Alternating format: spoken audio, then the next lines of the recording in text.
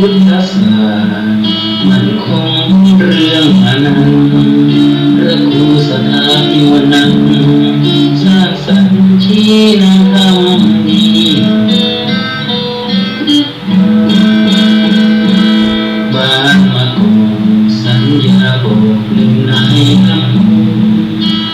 ใจในต้นตระกูลจะเถิดทูลให้ชั่วชีวิตสืบสานเป็นตำนานลูกหลานยินดีกระพืนแผ่นดินนี้เพื่อศักดิ์ศรีของคนมาก่อน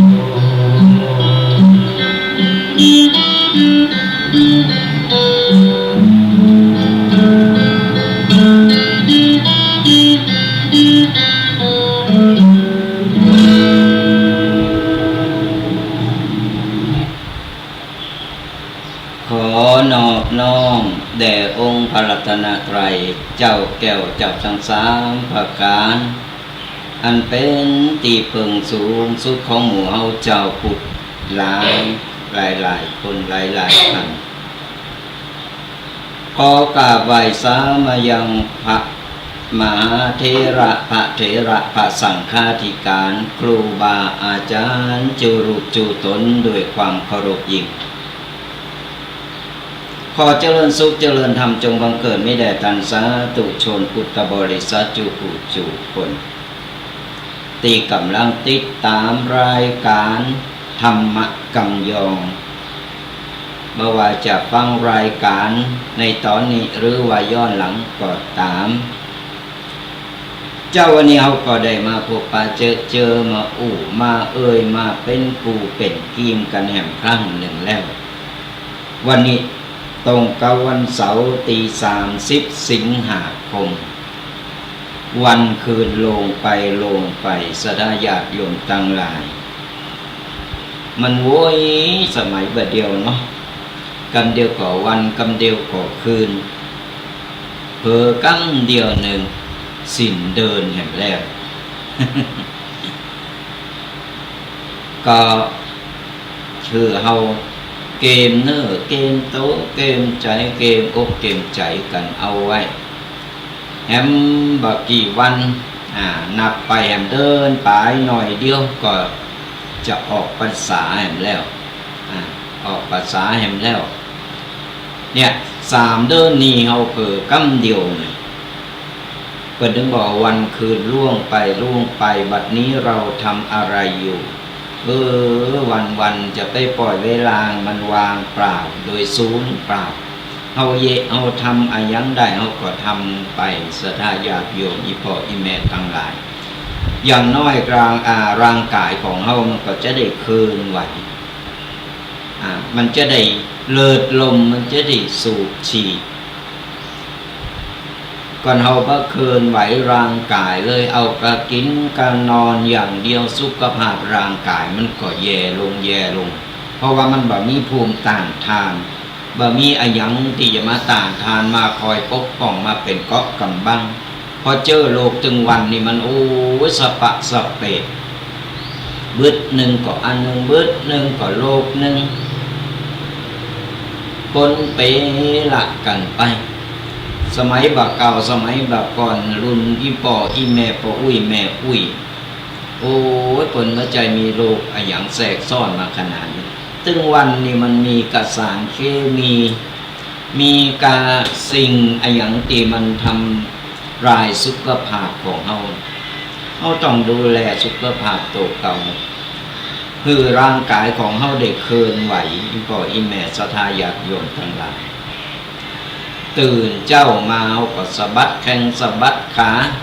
อย่างน้อยเนี่ยเส้นเอ็นเส้น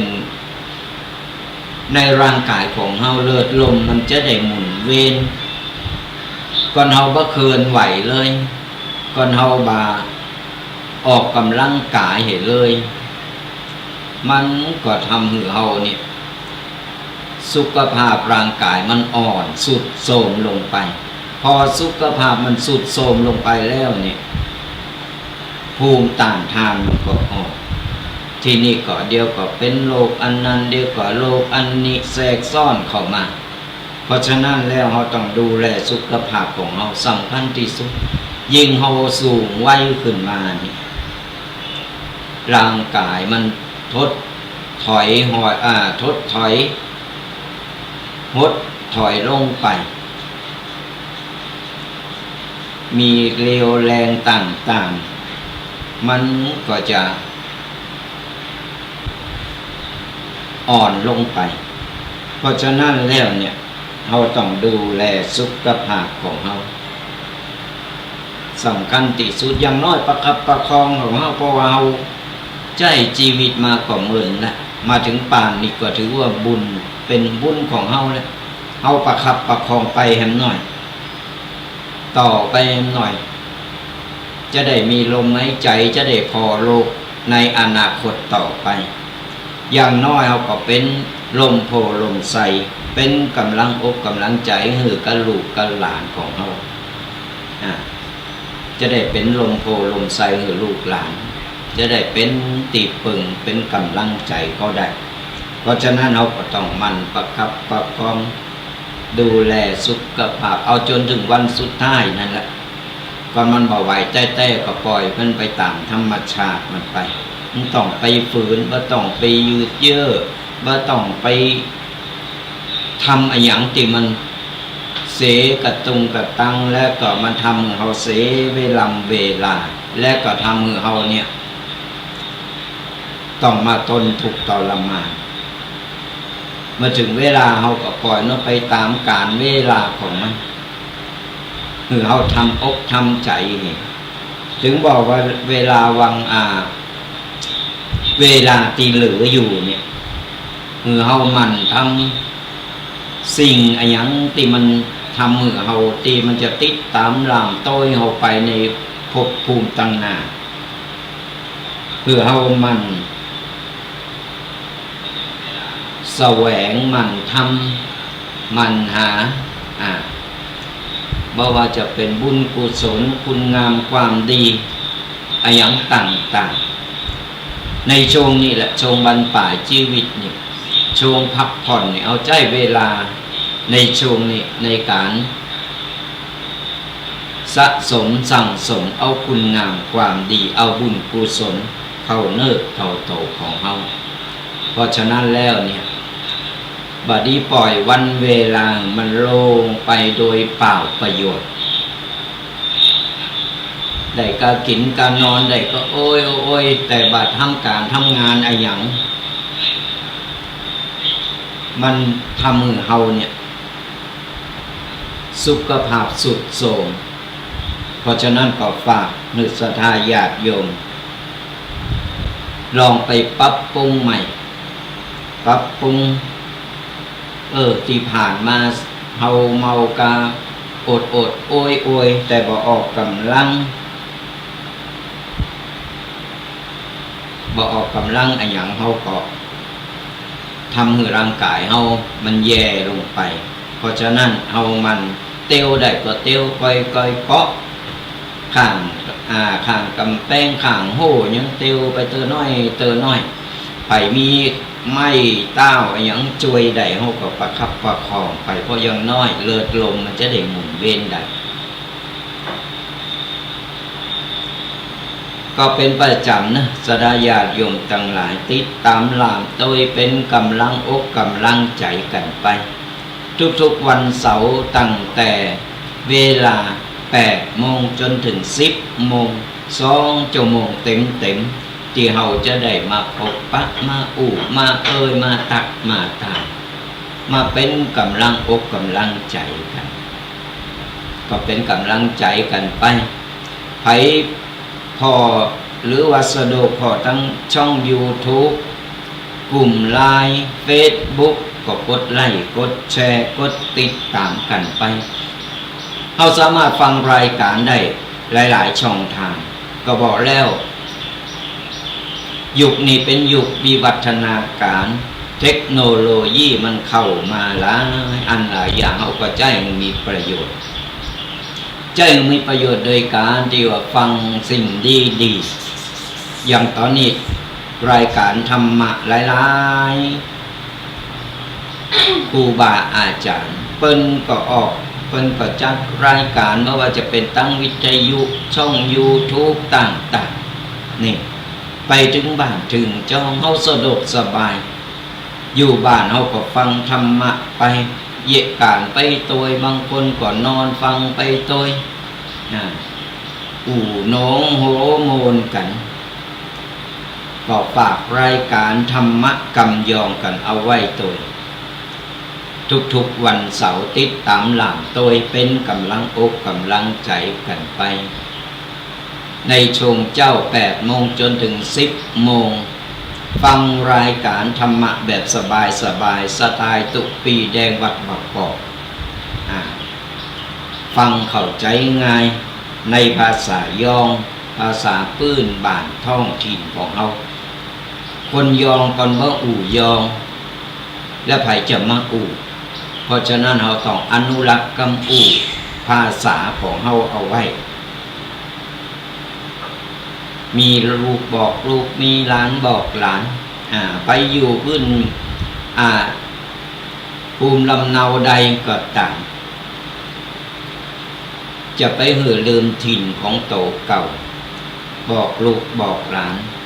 ไปโรงเรียนก็ใช้ภาษากลางเพราะว่ามันนาชาติบางคนก็มีเปินบ้านต่างๆเปินมาบางทีเปิดฟังบ่ฮู้เลยเฮาก็ใช้ภาษากลางแต่เวลาอู้ก็ปอกับแม่ก็ปออุ้ยแม่อุ้ยก็อู้ภาษาบ้านเฮาเราอ่อนมันจะได้บ่ลืมจะไปเน้นหือเราอ่อนมันได้อู้กับภาษากลางอย่างเดียวเอาต้องอนุรักษ์ภาษาพื้นบ้านของเฮาภูมิลำเนาพื้นบ้านของเฮาอู้กันยังได้บ่ว่าจะอู้ภาษาหยังก็ตามเฮาก็ต้องอนุรักษ์เอาไว้อย่างน้อยเป็นเอกลักษณ์ของหมู่บ้านเป็นเอกลักษณ์ในท้องถิ่นของเฮาก็ติดตามหลังโดยกันไปสดาญาติโยมทั้งหลายกดไลค์กดแชร์อย่างน้อยนี่เฮาก็ยังได้นำเอาธรรมะหรือว่าเผยแผ่ธรรมะเป็นการแชร์ธรรมะกับคนที่เพิ่นบ่เคยได้ยินบ่เคยได้ฟังเนี่ยเฮาก็คล้ายๆเฮาแชร์ธรรมะไปให้เพิ่นได้ยินได้ฟังเพิ่นฟังแล้วเพิ่นเข้าอกเข้าใจเพิ่นชอบเฮาก็ได้บุญได้กุศลกับเพิ่นนำไปปฏิบัติเนี่ยบ่ว่าจะเป็นครูบาอาจารย์รูปใดตนใดก็ตามที่เพิ่นมาอู้ธรรมะเอาธรรมะก้อนใกล้เอาธรรมะต่างๆมาอู้มากัน เฮาก็กดไลค์กดแชร์กดติดตามกันไปในช่วงท้ายรายการกึ่งชั่วโมงท้ายรายการเฮาก็จะเปิดสายหน้าไมค์สนาญาติโยมได้มาอู้มาได้มาแลกเปลี่ยนกันฟังแล้วเป็นอย่างไรสบายก็จะได้เป็นกัลยาณมิตรดีต่อกันจะได้ฮู้จักมักจีกันไว้ได้ยินกะจือได้ฟังกะเสียงได้อู้ได้ได้ตักได้ตายกันผ่านไปผ่านมาก็แวะเวียนกันมาได้แวะเวียนกันมาแอวไปผ่านไปตั้งใดก็ตักตายเป็นกัลยาณมิตรดีต่อกันสระญาติโยมเฮาจะได้เป็นกัลยาณมิตรดีต่อกันมีอะไรยังเฮาก็ได้ตักตายกันไปมีหยังก็จะได้ปรึกษากันเบอร์โทรก็จดกันเอาไว้เนอะจดกันเอาไว้ก่อนแต่ยังบ่ต้องโทรมาตอนนี้กำเดียวมันจะพุดกึ่งพุดกลาง มันบ่ได้อรรถรสในการฟังธรรมจดเบอร์โทรกันเอาไว้ใครมีเบอร์แล้วก็เมมไว้ในโทรศัพท์ก่อนบ่มีโทรศัพท์กดบาจางก็หือลูกหือหลานกดเอาไปพอตั้งโทรศัพท์ตั้ง Facebook กลุ่ม LINE หรือช่อง YouTube นี่ก็มีเบอร์โทรขึ้นก็จดโทรกันเข้ามาได้เบอร์โทรศัพท์เนอะ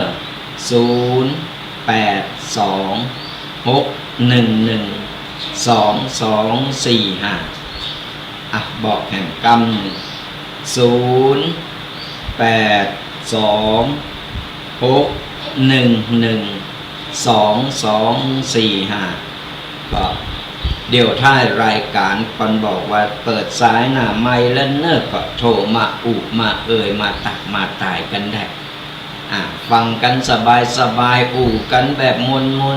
อูโหนโหมนกัน เมื่อต้องไปเก่งเมื่อต้องไปโกว่าอุ้ยอู่กระตุเจ้าใจภาษาบาทูอุ้ยบักกาอู่กระตุเจ้าบ่เป็นหยังสดาญาติโยมตั้งหลายเฮาก็เหมือนลูกเหมือนหลานเหมือนปีเหมือนน้องเหมือนพ่อเหมือนแม่กันก็อู่เอ่ยกันได้มีหยังก็ปรึกษากันคือกำลังอกกำลังใจกันไปก็ จดกันเอาไว้หลังจากเปิดสายหน้าใหม่ก็ไปโทรมากันช่วงนี้ก็ยังตีว่ายังตีบอกนั่นแหละสดาญาติโยมตั้งหลายข่าวของพระเจ้าตุเจ้าพระเนนบเดียวโอ้ยมันดังขนาดมันตึงมีอันยังบึดอันหนึ่งบึดอันหนึ่งต่างๆนาบ่ฮู้จักจบจักสิ้นตุเจ้าพระเนนก็ลำบากอกลำบากใจเดียวก็ข่าวจริงบ่จริงข่าวปลอมข่าวเท็จอันยังเขาก็บ่ฮู้สูญอันกันไปเพราะฉะนั้นการฟังข่าวแต่ละอย่างนักข่าวเพิ่นก็ขายข่าวจริงข่าวเท็จเขาก็ต้องมาวิเคราะห์เอาเองใจดุลพินิจในการคิดวิเคราะห์แล้วก็แยกแยะมันแต่มันถูกบัดถูกอย่างใดพอถึงวันนี้มันมีข่าวจริงข่าวแต่ข่าวปลอมอย่างถึงวันนี้ตับช่วงก่อนนี่จะเป็นข่าวตุเจ้าระดับ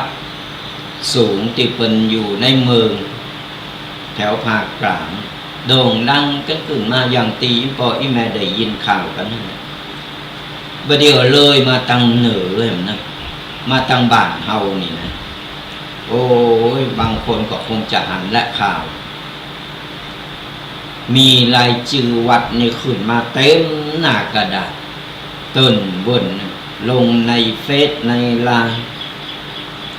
วัดนั้นอย่างอันวัดนี้อย่างอี้มีรายชื่อวัดหมดที่นี่ก็เดือดร้อนกันกับสดาญาติโยมทั้งหลายบางคนบางวัดนี่บ่ฮู้เรื่องฮู้ราวตรวจสอบกันไปตรวจสอบกันมาบางวัดก็เป็นข่าวเก่าเอามาเล่าใหม่แล้วก็แต่งเติมเสริมเข้าไปเห็นก็เหมือนเอาแกงอย่างก่อนว่าเติมมันก็จืดก่อนเอาเติมชูรสเข้าไปหน่อยเติมกะปิไปหน่อยน้ำปลาไปหน่อยมันก็มีรสชาติขึ้นมาเหมือนกันข่าวประมาณหน่อยเดียวเขาก็บ่ใครสนใจที่นี่หืดข่าวน้อยข่าวเล็กกลายเป็นข่าวใหญ่ไปวัดดังนี่โดนมดบะเดียววัดใหญ่วัดหลงต่างๆมีรายชื่อขึ้นมาเข้ามาพอแล้วก็หดหูใจมันเกิดอะไรอย่างขึ้นครับศาสนาของเรามันเกิดอะไรอย่างขึ้นครับตุเจ้าพันเนรป๋าเนาโต2 โตเมาโล่งไปหมดตึงขอบเขาต้องแยกต้องฟังต้องต้องวิเคราะห์เพราะว่าจะเป็นวงการใดก็ตามทุกวงการมันมีดีมีให้ปะปนกันไปเพราะว่าการอยู่โสนโลมเขาต้องเข้าใจว่าลูกหลายปอหลายแม่ต่างการเล่งดูต่างการศึกษาเหมือนแกงโหเอามาใส่โลงกันหมดอันนึงก็รสชาติอย่างหนึ่งอันนึงก็รสชาติอย่างหนึ่งเดี๋ยวก็แกงฮังเลวะเดี๋ยวก็หน่อไม้ส้มวะเดี๋ยวก็ไอ้พับไม้ไส้คือต่างๆวุ้นเส้นกันนั่นเอามาปนกันไปมันก็เหมือนคนเฮาตึงวันที่อยู่โลมโลกเดียวกันหลายความคิดหลายจิตใจการเล่งดูมันต่างกัน พอมาโลมกันปุ๊บมันก็มีดีมีบ่ดีปะปนกันไปเฮาก็มาคิดมาแยกแยะพอว่าไผดีไผบ่ดีอย่างใดอันบ่ดีเฮาก็คือเปิ้นจัดการกันเปิ้นมีวินัยเปิ้นมีกฎหมายบ่จะว่าดีบ่ดีแค่จำนวนน้อยๆแล้วเฮามาเหมารวมหมดมันเป็นไปบ่ได้ที่เปิ้นประพฤติดีประพฤติชอบมันก็มีครูบาอาจารย์หลายรูปหลายตนที่เฮาอาจจะบ่ฮู้จักเปิ้นแต่เปิ้นปฏิบัติดีปฏิบัติชอบเพราะว่าเปิ้นบ่ออกสื่อเปิ้นบ่อยากจะมีชื่อเสียงบ่ต้องการที่จะมีลาภยศสรรเสริญต่างๆเปิ้นปฏิบัติของเปิ้นปีกวิเวกของเปิ้นก็ปฏิบัติดีปฏิบัติชอบหมดเปิ้นปฏิบัติดีปฏิบัติชอบของเปิ้นน่ะเปิ้นก็อยู่ในโซนของเปิ้นเฮาก็ต้องไปเหมาโลมมันจะเป็นบาปเป็นกรรมก็โตเก่าหันข่าวว่ามาปุ๊บก็โอ้ยคอมเมนต์กันไปต่างๆนานาคอมเมนต์กันไปว่าโอ้ยตัวเจ้ามันตึงอย่างนั้นนะตัวเจ้าตึงอย่างอี้ละมันตึงบ่ดีเฮาจะไปผูกยึดมั่นยึดติดกับตัวเจ้ากับบุคคลเฮานับถือพระศาสนาเฮาเอาพระนำธรรมคำสอนเป็นตีตัดไผจะปฏิบัติดีปฏิบัติชอบไผจะบ่ปฏิบัติอย่างไรก็อันนั้นก็เป็นส่วนของเปิ้นบางคนก็คอมเมนต์ว่าถึงเข้าวัดละหันตู้เจ้าเป็นอย่างอี้บ่ฮู้จะไปไหว้ไผแสดงว่าคนตีวานั้นยังบ่ฮู้ซึ่งถึงในรสพระธรรมบ่ฮู้ซึ่งถึงในรสพระธรรมการที่จะเคารพนับถือบ่ใจได้รับนายเคารพนับถือส่วนบุคคลหรือว่าโตบุคคลที่เฮาเคารพเฮากราบเฮาไหว้ตึงวันไหว้ในพระธรรมคำสอนไหว้พระสัมมาสัมพุทธเจ้าเฮาบ่ได้ไหว้โตบุคคลบางคนก็ว่ามีการพระพุทธพระธรรมก็พอละพระสงฆ์จึงบ่ไหว้มันก็บ่ใจเฮาต้องเข้าใจว่าพระสงฆ์ในที่นี้หมายถึงพระอริยสงฆ์พระอริยสงฆ์ก็คือพระสงฆ์ที่เปิ้นบรรลุแล้วที่เป็นบรรลุธรรมแล้วนั่นคือพระสงฆ์องค์แรกของพระพุทธศาสนามีพระพุทธพระธรรมและก็พระสงฆ์องค์แรกของพระศาสนาก็คือพระอัญญาโกฏทัญญาและก็ติดตามกันมาก็มีพระอรหันต์ต่างๆที่เพิ่นบรรลุอรหันต์ที่เพิ่นสำเร็จบรรลุธรรมแล้วนั่นคือพระอริยสงฆ์แต่สงฆ์ที่เอาหันตึงวันคณะสงฆ์ที่เอาหันตึงวันนี่เปิ้นเจริญรอยตามนำธรรมคำสอน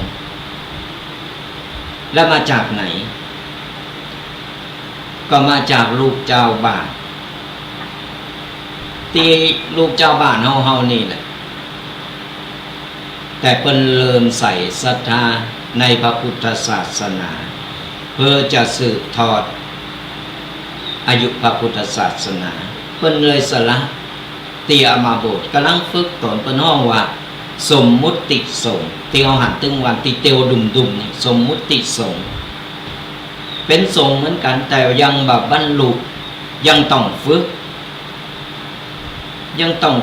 คัดเก้ากิเลสเพราะฉะนั้นแล้วเนี่ยการระหว่างที่ฝึกกำลังคัดเก้ากิเลสต่างๆเพื่อที่จะบรรลุ แต่ไผจะหลอดบ่หลอดมันจะอยู่ระหว่างทางเหมือนเอาเตียวหนทางเตียวไปกายหนทางไปหมาเห่าหมาหอนไอ้ยังต่างๆไปสะดุดหันสะดุดนี่นั่นคืออุปสรรคแต่เราจะมีความอดทนมากน้อยแค่ไหนก็เรามีความอดทนมากน้อยแค่ไหนก็ไปสู่จุดหมายปลายทางได้เหมือนกันการมาฝึกปฏิบัติธรรมก็เพื่อให้จิตใจของเราสงบจะบรรลุอย่างใดมันอยู่ที่ความอดทนของหมู่เราตีเพื่อฝึกปฏิบัติเพราะฉะนั้นแล้วสมมุติสงฆ์มันก็มีนอกรูนอกทางของเจอมันเป๊ะพอใส่ผ้าเหลืองโบสถ์เรียบร้อยเข้าโบสถ์ใส่ผ้าเหลืองเรียบร้อยปุ๊บจะต้องอย่างอันจะต้องอย่างนี้จะต้องเป๊ะมันบัดใจเพราะว่าเฮาบัดใจพระอริยสงฆ์เฮายังเป็นสมมุติสงฆ์อยู่วันดีคืนดีบ่ฮู้จะซึกกันเมื่อใดทนกิเลสบ่ได้ก็ลาสิกขาไปเพราะฉะนั้นเราต้องแยกว่าต้องไปว่าต้องไปกล่าวว่ามันนับถือแหละตุเจ้าพระเนรหมู่นี้ฟังข่าวแล้วมันหืดท่อเราต้องแยกเรานับถือคือพระพุทธศาสนาพระพุทธพระธรรมพระสงฆ์พระสงฆ์ในที่นี้ก็คือพระอริยสงฆ์แต่สมมุติสงฆ์นี่เปิ้นกำลังฝึกขัดเกลาจิตใจแต่บ่ใจว่าสมมุติสงฆ์มันก็เป็นสงฆ์แล้วมันก็บ่ใจเฮาบ่นับถือตุเจ้าบ่นับถือพระเนรเฮาก็นับถือพระเลยเปิ้นก็ยังมีศีลที่สูงกว่าเฮาก็ถือเกตถือความเคารพกับเปิ้นนี่เฮาต้องมาวิเคราะห์คิดวิเคราะห์แยกพอ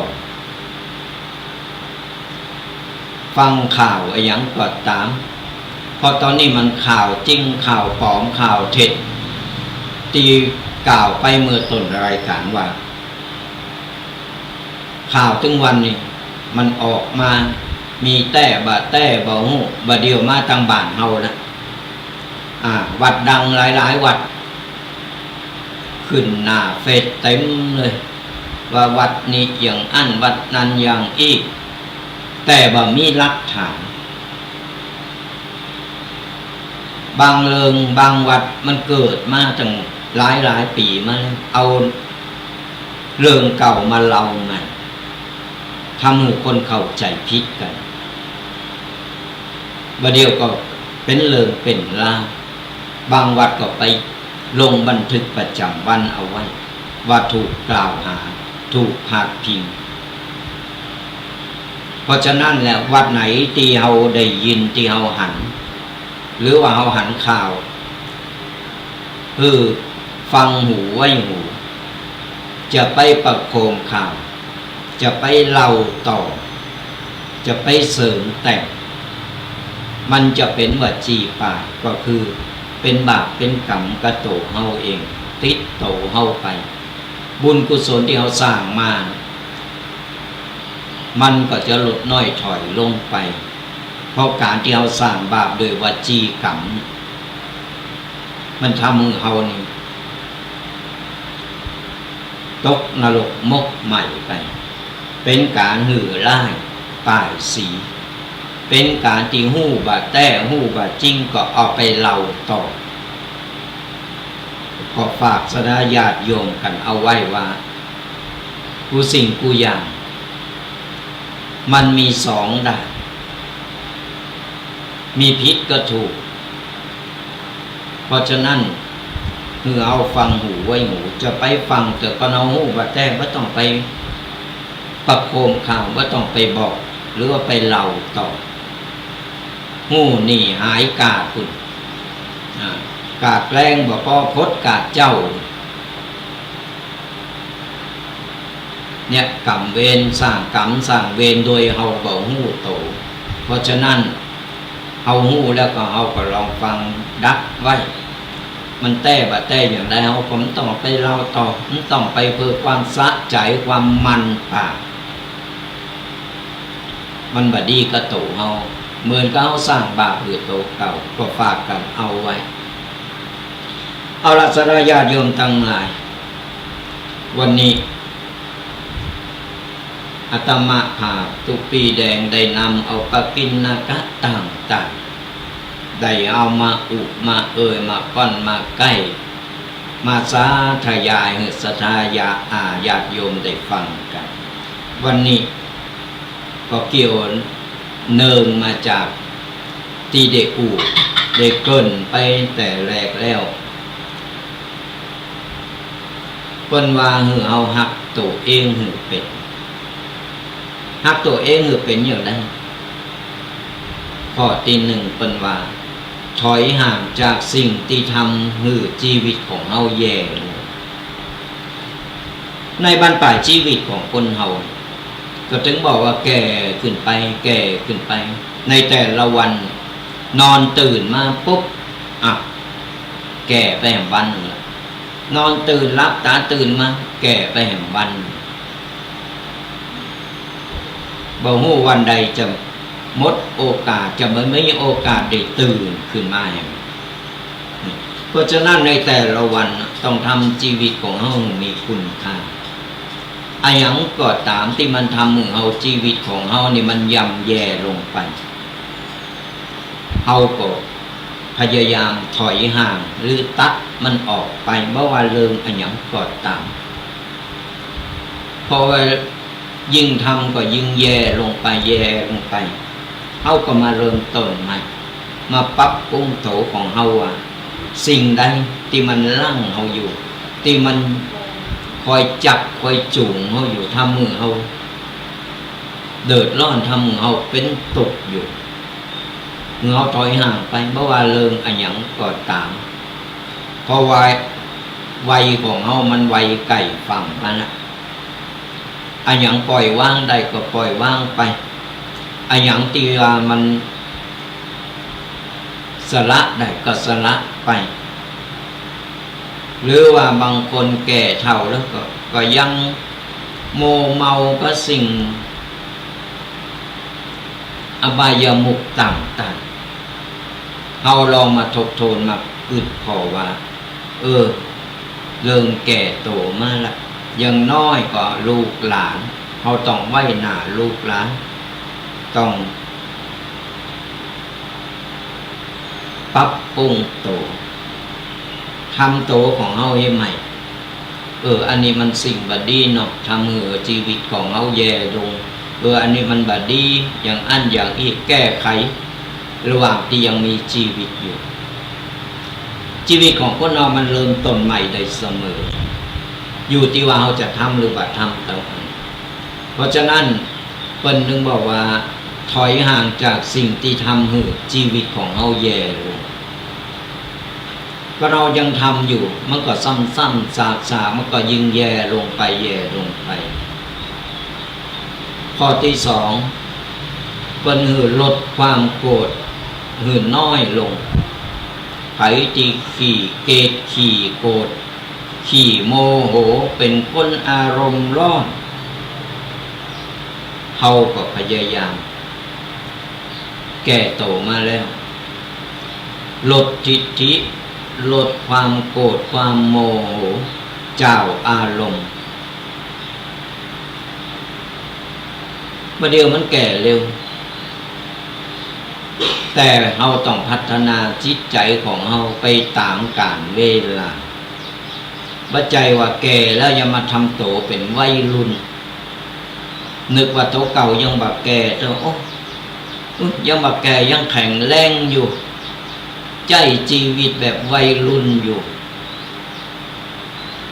อย่างน้อยเราก็พ่อหน้าลูกพ่อหน้าหลานพ่อหน้าเหลน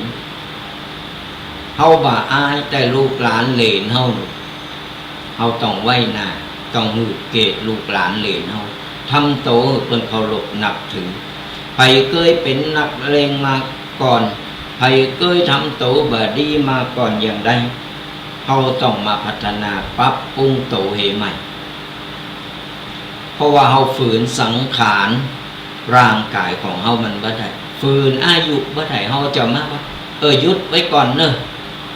ยังบ่ต้องแก่เติมมันก็บ่ได้เพราะธรรมชาติก็คือธรรมชาติมันเป็นสัจธรรมในเมื่อเขาแก่โตลงไปแล้วอย่างที่มันผ่านมาเอามาทบทวนเดี๋ยวอันสิ่งนี้มันบ่ดีสิ่งนั้นมันบ่โค่นเขาก็มาปรับปรุงให้ใหม่เปลี่ยนแปลงให้ใหม่หาสมบัติที่ติดตามโตเขาไปได้นะก็คือสร้างบุญสร้างกุศลกันเอาติดโตเขาไปในยามที่เขาล่มหายตายจากไปล่มหายตายจากไปมันจะไปโตยเขาสิ่งของต่างๆก็มีใบขนขึ้นไปโตยได้แม้แต่น้ำในยศหนึ่งที่ปนเอาหดมือแม้แต่ร่างกายที่เอาหักหนักหักหนาแม้แต่คนหักของเรากู้สิ่งก็อย่ามามีไผเอาไปได้มีบุญกับบาปที่ติดโตของเราไปเพราะฉะนั้นข้อที่สองเพื่อว่าลดความโกรธให้น้อยลงเขายิ่งโกรธยิ่งเกลียดคนมีความดันกับความดันขึ้นเยิ่งเขาตายเร็วตัวนะมาข้อที่สามฝึกควบคุมสติอารมณ์ขี่โกรธขี่โมโหบ่มีสติทำหยังก็ตามอำเภอใจบ่ตั้งสติอารมณ์งุดงิดฉุนเฉียวอย่างที่บอกเลยเราต้องมันควบคุมเพราะว่าไม่ไปมาแก่ห้องมือเฮาได้นะสดาญาติโยมทั้งหลายนอกจากโตเฮาต้องอันที่จะแก่โตแล้วก็นิสัยของโตเก่าแล้วสติอารมณ์นี่สำคัญยิ่งคนเฒ่านี่นะยิ่งอายุหนักขึ้นมาสติสตังอย่างมันไข่เลินไปไข่หลงลืมอารมณ์ก็เอาแต่ใจเหมือนละเอ็กละอ่อนคือเฮาฝึกในช่วงที่เฮายังกำลังเริ่มชราเริ่มแก่โตลงไปฝึกจิตฝึกใจคือเฮาปรงมือเฮาปล่อยมือเฮาวางบ่ต้องไปยึดติดทรัพย์สมบัติสิ่งของต่างๆบ่ว่าจะเป็นร่างกายบ่ว่าจะเป็นทรัพย์สินเงินทองของที่เฮาหิหามาเฮาก็ปล่อยเป็นหน้าที่ของลูกของหลานถึงเฮาบ่ปล่อยเฮายึดติดอย่างใดเฮาก็เอาไปโตยบ่ได้เหมือนกันมันก็ยังตกเป็นของลูกของหลานเป็นของคนอื่นไปเพราะฉะนั้นว่าต้องไปโหงอย่างนั้นใจชีวิตถึงมีความสุขในบรรปลายชีวิตมาข้อที่สี่ฝึกคิดบวกมองโลกในแง่ดีบางคนแก่แล้วแก่เลยนะนิสัยอย่างใดก็บ่ยอมปรับปรุงบ่ยอมแก้ไขเคยติดเหล้าเมายามันก็กินเหล้าไปยันตายแก่แล้วก็ทำโตศอกปอกเหมือนละเอ็ดละอ่อนเหมือนวัยรุ่นมีหลายตีหลายตั้งเคยหันมาแล้วบางคนก็ขี่อิจฉาริษยาขี่เราขวัญพุทธบันหันบ้านนี่ปะไผบ่ได้กันปะคนหนึ่งก็เอาคนหนึ่งมาอู้กันปะอีกคนก็เอาคนนั้นมาอู้อย่างอี้มันก็มีอยู่เคยปะเหมือนกันสถาญาติโยมทั้งหลายเพราะฉะนั้นแล้วเนี่ยเฮาฝึกจิตฝึกใจของเฮาให้ใหม่ฝ ฝึกคิดในทางตีดีในแง่ตีดีถึงนิสัยเขามันจะเป็นมาจากอันตั้งแต่ละเอ็กละออนหรือตั้งแต่เป็นหนุ่มเป็นสาวมากกว่าตามตอนนี้เขาต้องคำนวณว่าอายุเขาไปเท่าใดแล้วเขาจะเหลืออายุเหลือวันของเขามันจะเหลืออยู่สักเท่าใดจะอยู่ใดแห่งนานเท่าใดระหว่างที่เหลืออย่างที่บอกว่าเขามันสะสมมันเป็นจิตเป็นใจเพราะอย่างน้อยเขาตายไปคนบัดสาบบัดแจงก็เราตายไปอย่างน้อยลูกหลานก็ยังได้กึดเติงหาได้ทำบุญไปหาได้ก็เราเย็นลูกหลานจังนะตายไปมันจึงพอหน้าพอตามันจึงมันนึกถึงเลยเพราะฉะนั้นเหือเอาเป็นมาคิดในทางตีดีมองโลกในแง่ดีไปได้ดิบได้ดีเขาก็ปล่อยอนุโมทนาบุญกับเพิ่นมันต้องไปปากยืนปากยาวไม่ต้องไปแต่งเติมเสริมกำอุกำจาอย่างหนึ่งมันยาวไหมมันต้องเป็นนักแต่งละครสร้างเรื่องนั้นสร้างเรื่องนี้หันเปิ้นเดือดร้อนโต๊ะเก่าไข่โหยแต่หูโตก็ว่านั่นคือโต๊ะเก่ากำลังสร้างบาปเข้าโต๊ะเก่าเพราะฉะนั้นฝึกคิดโบกมองโลกในแง่ดีข้อที่ 5เลิกเปรียบเทียบตัวเองกับคนอื่นเลิกเปรียบเทียบตัวเองว่าเขาจะดีบ่ดีหรือว่าเขาจะ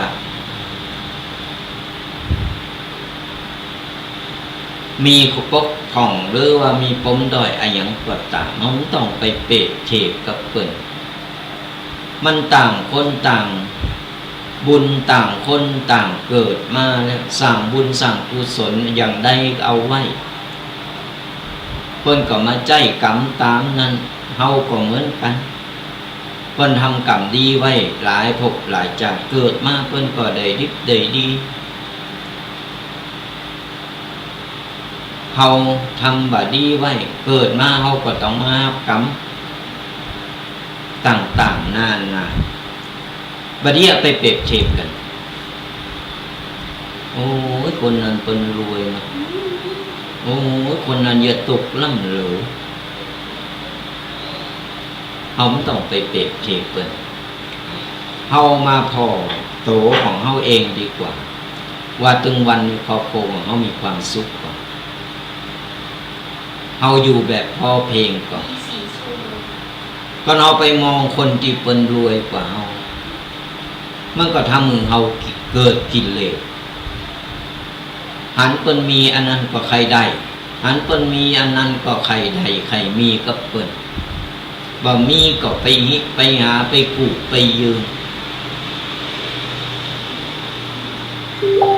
เฮาบ่ต้องไปเปรียบเทียบกับเปิ้นคือเฮาเอาโตของเฮานี่บ่ว่าเขาจะตุกจะจนจะรวยอย่างก็ตามเขาต้องถึงเขารวยเขาก็ต้องไปเบิ่งดูถูกดูแคลนเพิ่นมันกรรมไผกรรมมันไผสร้างกรรมดีไว้เกิดมาจานนี้ก็ใจกรรมดีไปไผสร้างกรรมบ่ดีเกิดมาจานนี้ก็ใจกรรมบ่ดีไปเพราะว่ากฎแห่งกรรมมันยุติธรรมเสมอมันบ่เข้าข้างไผออกไผเพราะฉะนั้นเฮาบ่ต้องไปเปรียบเทียบกับเพิ่นโอ้ยคนนั้นเพิ่นงามเนาะเฮาอย่าว่างามลำหรือนะคนนั้นเพิ่นหล่อเนาะเฮายังบ่หล่อกับเพิ่นต่างๆนานาเนี่ยสดายากอย่างนั้นมันเป็นจิตที่ปรุงแต่งเป็นจิตที่ปรุงแต่งขึ้นมาเพราะฉะนั้นเราไม่ต้องไปเปรียบเทียบเอาพอโตเราเองดีกว่าอันใดที่มันพบของเราก็มาแก้ไขมาปรับปรุงเอา มาข้อที่ 6สดาญาติโยมทั้งหลายอย่าแค่กำอูของคนอื่น อันนี้ก็เหมือนกันกำอู่ของคนมันเป็นลมที่ออกมาจากปากและก่อนที่จะออกมาจากปากไหนมันก็ผ่านในความคิดของคนแต่คนที่คิดที่จะอู่คิดดีบ่ดีคิดปองให้เฮากะเปิ้นฮักเฮากะเปิ้นจังเฮากะเฮามันต้องไปแข่ลิ้นน่ะมันมีกระดูกมันกระดกไปกระดกมาได้ตลอดปากกาที่ว่ายาวยังสู่ปากคนบ่ได้ปากคนมันยาวตอนมันอู่ได้วันคำมันสั่งเริงแต่งเริงอันนั้นอันนี้เข้ามาโอ้มันอู่น้ำไหลไฟดับแต่หาเนื้อความตีมีสาระ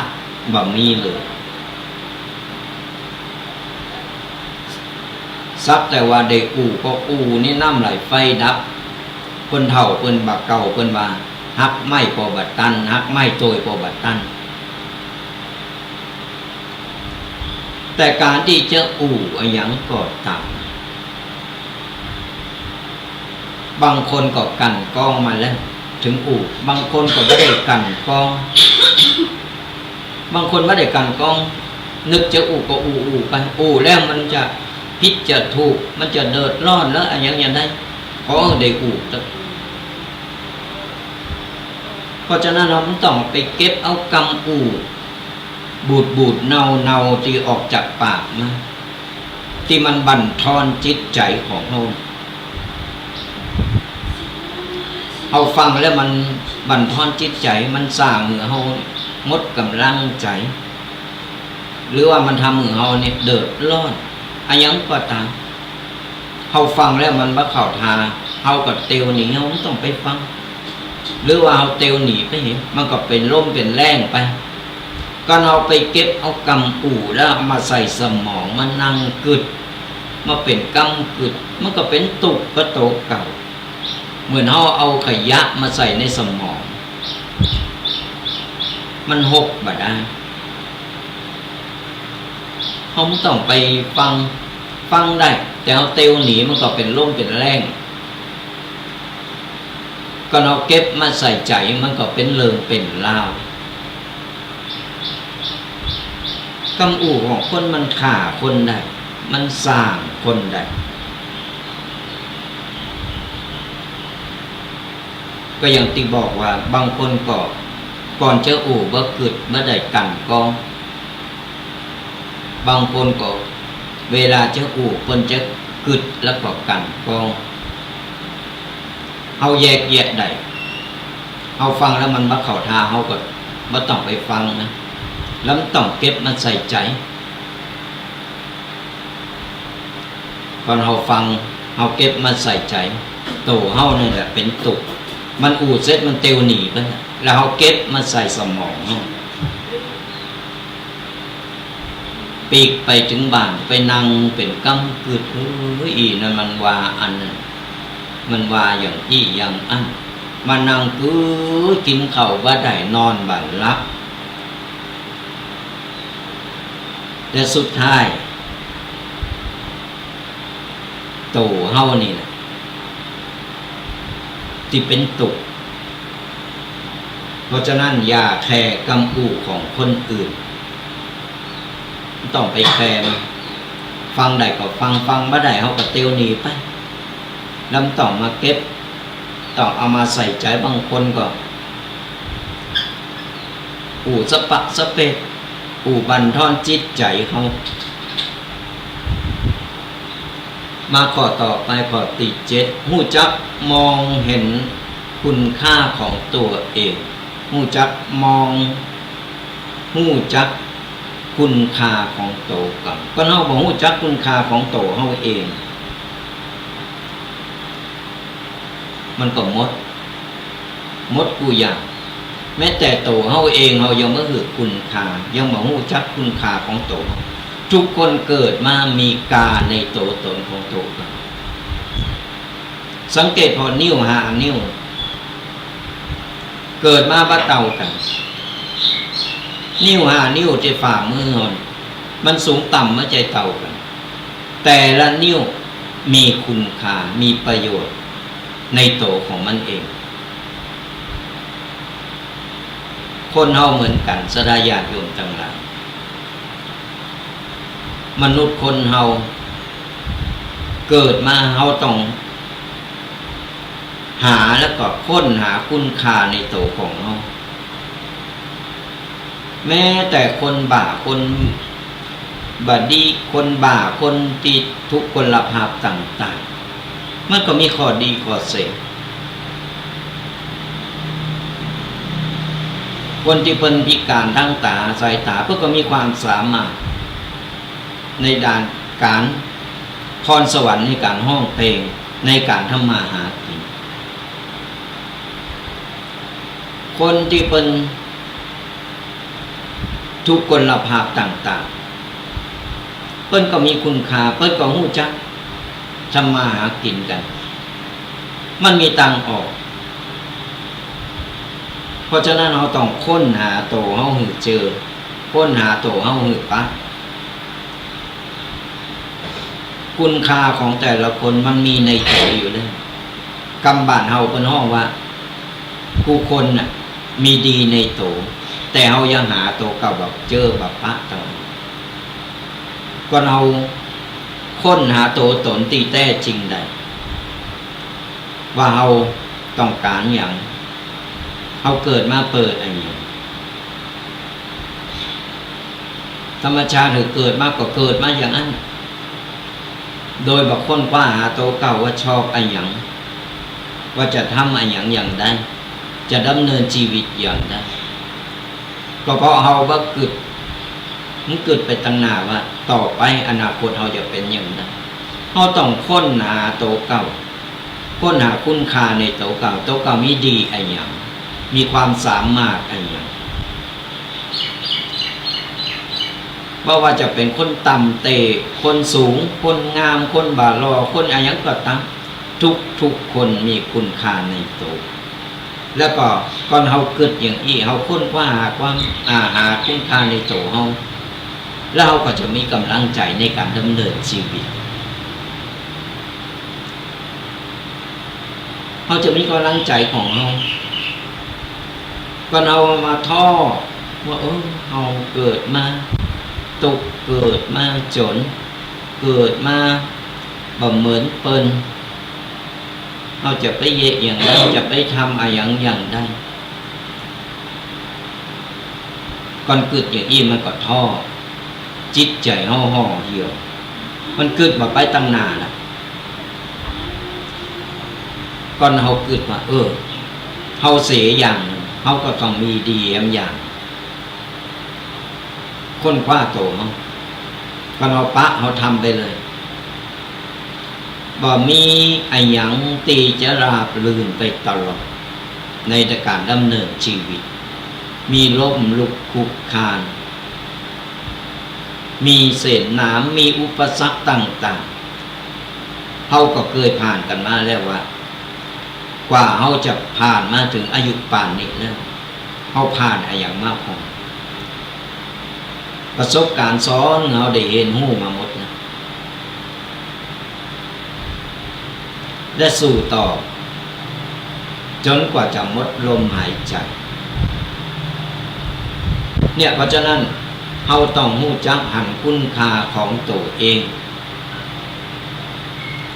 ไม่ต้องไปพอคนอื่นคนที่มันไกลหรือว่ามันสูงกว่าเราต่ำกว่าเราพอโตของเราและหาคุณค่าในตัวเรา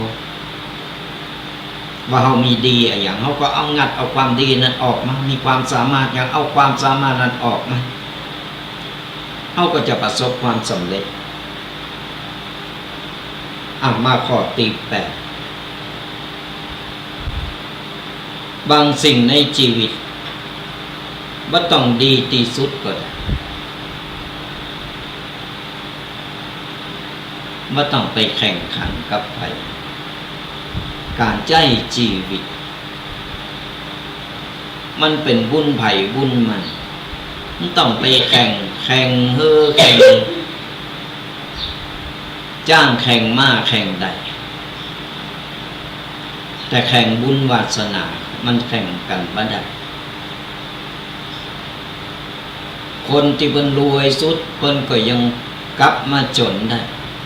คนที่เพิ่นจนที่สุดเพิ่นก็กลายเป็นเศรษฐีได้เหมือนกัน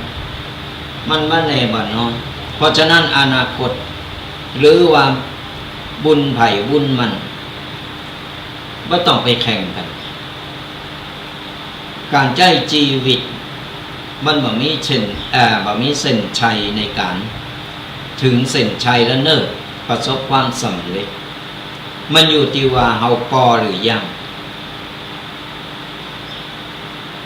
ว่าใจทำอะไรอย่างก็ต้องแบบ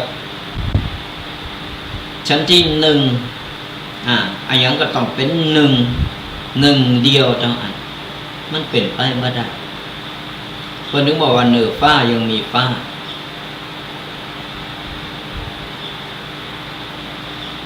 มันยังมีเหนือกว่าเอาเพราะฉะนั้นไม่ต้องไปแข่งขันกันการใช้ชีวิตถึงวันก็เอาเพลงพอหรือว่าพอเพียง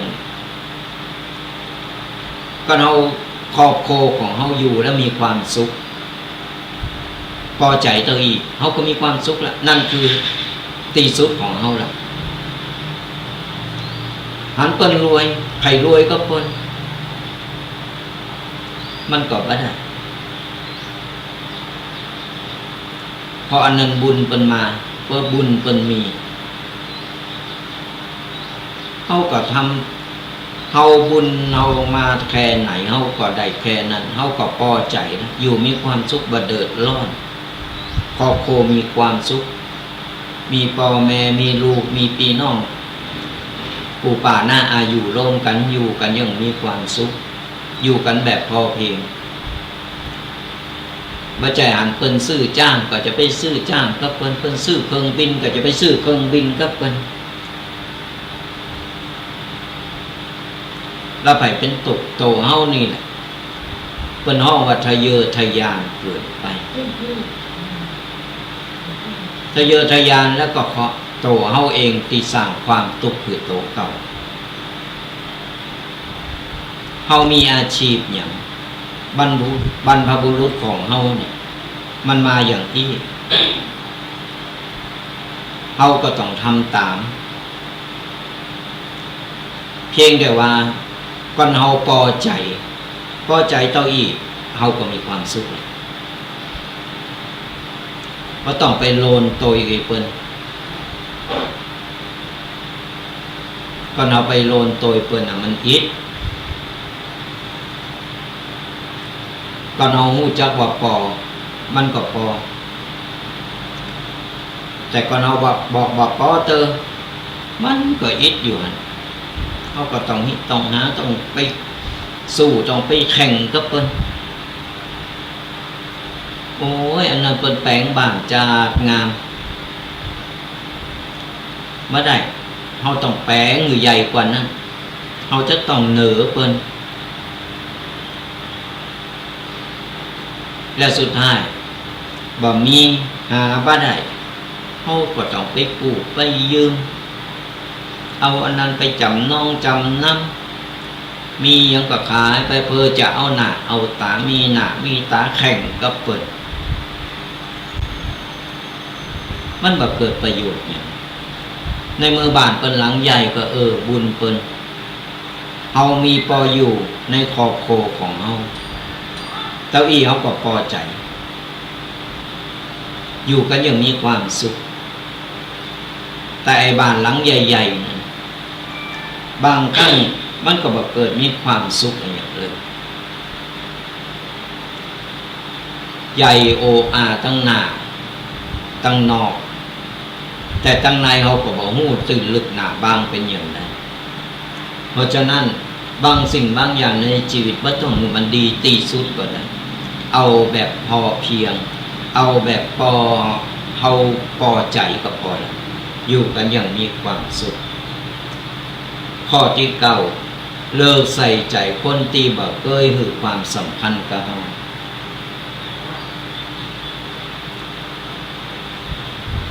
ในเมื่อเรา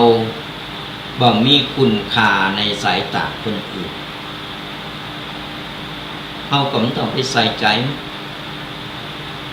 คนเราเกิดมาในโลกใบนี้จะมีอยู่สองอย่างที่เราต้องเจอที่เราต้องพบปะบ่มีไผหลีกหนีไปไหนพ้นนะนั่นก็คือคนหักกับคนจังสองคนเนี่ยสองอย่างนี้เราต้องเจออยู่แล้วมีคนหักกว่ามีคนจังมีคนจังกว่ามีคนหักเพราะฉะนั้นต้องไปใส่ใจ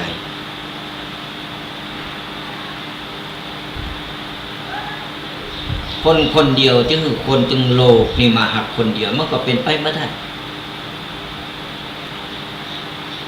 มันเหมือนมีไผ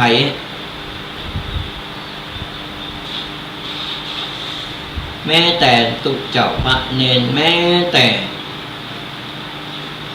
คนเด่นคนดังอะไรอย่างปวดตา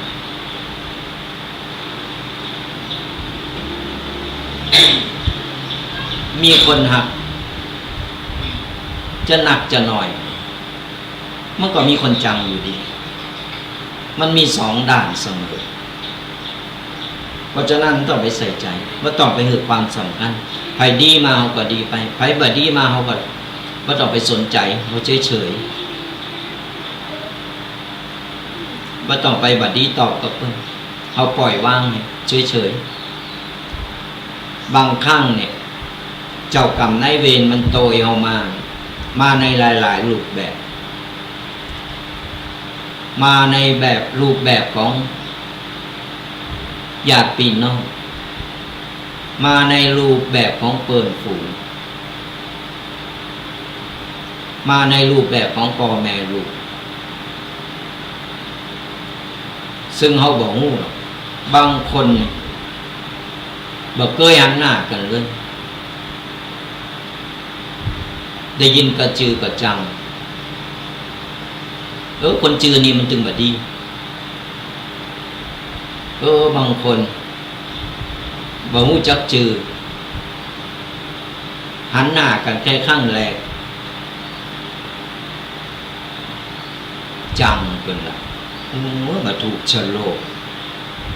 แล้วเป็นดีจังอีเนี่ยนี่มันเป็นเจ้ากรรมในเวรที่เคยสั่งเคยทำกันมาเพราะฉะนั้นแล้วก็ถือว่าให้ดีมาเขาก็ดีไปแต่อยู่ที่ตัวเขาว่าเขาทำตัวเขาสม่ำเสมอมันต้องไปขอร้องมาหักกันเนอะมาหักฉันคนเดียวเนอะมันเป็นไปบ่ได้บางคนก็อู่กันแต่ในใจก็คือจังในใจนี่แจงด่านี่ต่อหน้านะเป็นได้สบายดีน้อในใจเมื่อใดมันจะตาย มันเป็นอย่างนี้สดาญาติโยมตั้งหลายว่าต้องไปใส่ใจนะไปดีมาเขาก็ดีไปบ่ดีมาเขาก็เฉยไปจ้างเขาก็เฉยเขาไม่ต้องไปใส่ใจมันเป็นสิทธิ์ของเปิ้นเหมือนเฮาเหมือนกันเฮาจะจ้างไผนะก็เป็นสิทธิ์ของเฮามันนาจิตตังไผหักเฮาก็ดีใจ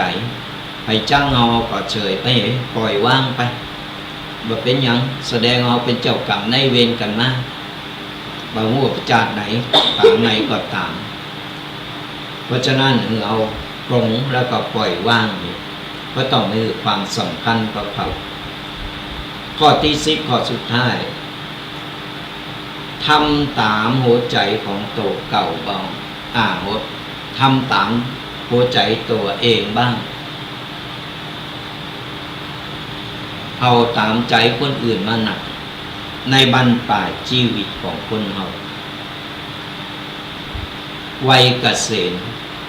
วัยพักผ่อนระหว่างที่เราสามารถเดินเหินไปไหนมาไหนได้เรายังแข็งแรงยังเตียวได้อยู่เราอยากกินหยังก็กินอยากไข่งูไข่หันไปแอวหันแอวนี่ไปได้ไปใจชีวิตจะมีความสุขในบรรปลายชีวิตเหมือนคนเฒ่าคนแก่เหมือนที่พ่อแม่พ่ออุ้ยแม่อุ้ยหลายๆคนหลายๆท่านพอถึงเทศกาลแต่ละอย่างแต่ละทีโอ้ยไปทำบุญกันเนอะไปทำบุญเก่าวัดเก่าว่าโจรกันไปเอาไปได้ไปนั่นคือเป็นการสร้างความสุขเพื่อโตเก่าตามใจโตเอง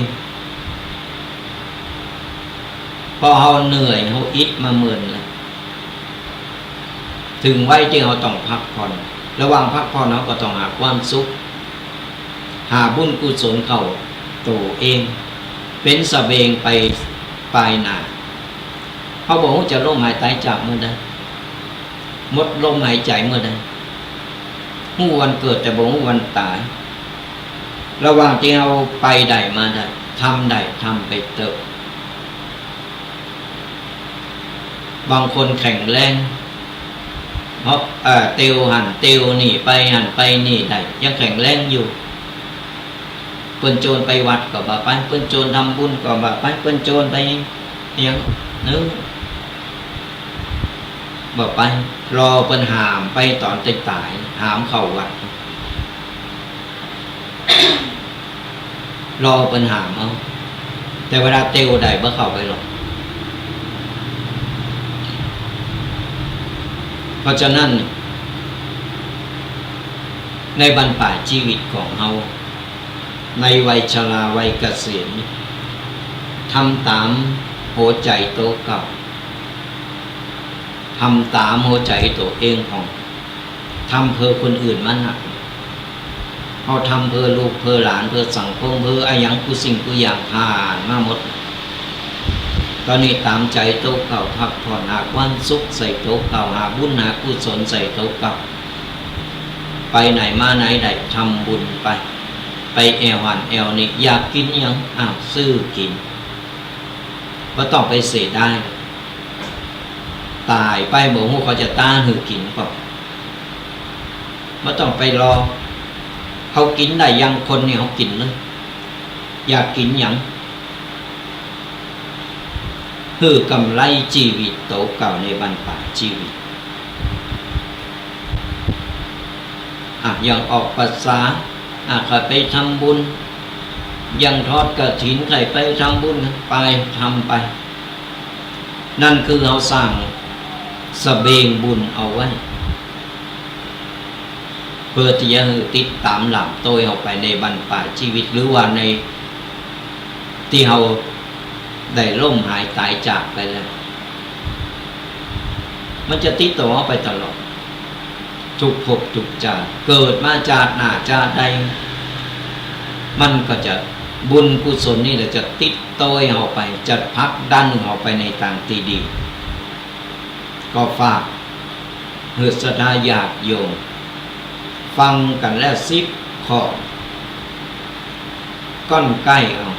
สิ่งใดดีสิ่งใดงามก้อนใกล้เอาไปลองเอาไปปรับใจดูลองเอาไปปรับใจเพราะว่าเนี่ยการที่เราจะหักตัวเองเนี่ยในบรรปลายชีวิตเราได้ทำหรือยังก็เรายังไม่ได้ทำลองปรับปรุงลองเปลี่ยนแปลงทัศนคติให้ใหม่ไอ้อย่างที่ผ่านมาแล้วเนี่ยเราทำแล้วมันรู้สึกบดีก็ตัวเก่ารู้สึกตัวเก่าบางครั้งนี่ก็มองขาดว่าตัวเก่าเยอะหาความสุขในชีวิตว่ามีเลยก็เพราะว่าเราไม่ได้มาสนใจเรื่องธรรมะ บ่ได้สนใจนำธรรมคำสอนก็ไผที่ฟังธรรมะไผที่ฟังครูบาอาจารย์หลายๆรูปหลายๆตนเพิ่นเอาธรรมะมาอุมาเอ่ยมาบอกมากล่าวฟังแล้วก็ลืมไปบ่นำไปใช้มันก็บ่เกิดประโยชน์ก็เอาฟังแล้วเอาอึดโตยแล้วก็นำไปปรับใจคือมันเข้ากับชีวิตประจำวันของเฮาก็สามารถที่ว่าเปลี่ยนแปลงปรับปรุงตัวเก่าเพิ่นถึงบอกว่าธรรมะคือแสงสว่างที่นำทางชีวิตของเฮาไปในทางที่ถูกต้องไผก็ตามบ่มีธรรมะในใจบ่เคยฟังธรรมบ่เคยเอานำธรรมคำสอนของพระสัมมาสัมพุทธเจ้ามาปรับใช้ในชีวิตจะมืดบอดเยะหยังก็ผิดถูกชีวิตบ่มีความเจริญรุ่งเรืองสังเกตพอคนที่เพิ่นมีธรรมะเนี่ยจิตใจเพิ่นจะผ่องใสเพิ่นจะคิดจะทำอะไรอย่างนี้มันมีอันช่วยกั้มช่วยจูไปก็ฝากเป็นข้อคิดคือกษณาญาติโยมกันเอาไว้ลองไปพินิจพิจารณาคิดวิเคราะห์แยกแยะเรียบร้อยแล้วนำไปปรับใจหรือว่านำไปบอกลูกบอกหลานกันวันนี้ฟังธรรมะตุปีแดงเปิ้นปู่มาอันนั้นอันนี้เข้าทาเนาะก็ไปบอกไปสอนไปเป็นการหือธรรมะลูกหลานไปในตัวก็ฝากกันเอาไว้ตัวก็ติดตามหลังตัวกันไปสรายาติโยมทั้งหลายกับรายการธรรมะกำยองกับตุเจ้ายองป่าซาฟังธรรมะสบายสไตล์ตุปีแดงวัดบ่อพอเป็นประจำทุกวันเสาร์ตั้งแต่เวลา 8 โมงจนถึง 10 โมงเอาก็จะได้มาพบปะเจอมาอุมามาเป็นคู่เป็นทีมกันให้ฟังทางวิทยุก็บอกกล่าวกันไปหลายๆเครือข่ายเราต่อกันไปบอกกล่าวกันไปวันนี้ฟังธรรมะกำยองมาแล้วได้ขอคิดอะไรยังต่างๆนานาใครที่ติดตามทาง Facebook ทางไลฟ์สดหรือช่อง YouTube กลุ่มไลน์ต่างๆก็กดไลค์กดแชร์กดติดตามเพราะอย่างน้อยเนี่ยคนที่เพิ่นบ่เคยได้ฟังบ่เคยได้หันเพิ่นก็จะได้ฮู้ได้หันเพิ่นนำไปปฏิบัตินำไปปรับใจกับชีวิตเพิ่นก็มีความสุขและเฮาก็ได้บุญได้กุศลกับเพิ่นเป็นการหือธรรมะกับเพิ่นเขาไม่ต้องไปเล่าไปอะไรหยังเพียงแต่กดไลค์กดแชร์กดติดตามไปเพิ่นฟังเพิ่นเข้าใจเพิ่นนำไปใช้เหมือนเฮาสร้างพระสร้างตุเจ้าพระเนรไว้ในวัดในวาในโบสถ์คนอื่นเพิ่นมาไผไปไผมาเพิ่นมากราบมาไหว้เฮาก็ได้บุญได้กุศลกับเพิ่นนี่ถึงบอกว่าธรรมะคือแสงสว่างคอยนำทางของชีวิตเฮาจะได้เดินทางในถูกต้องก็ฝากกันเอาไว้ตัว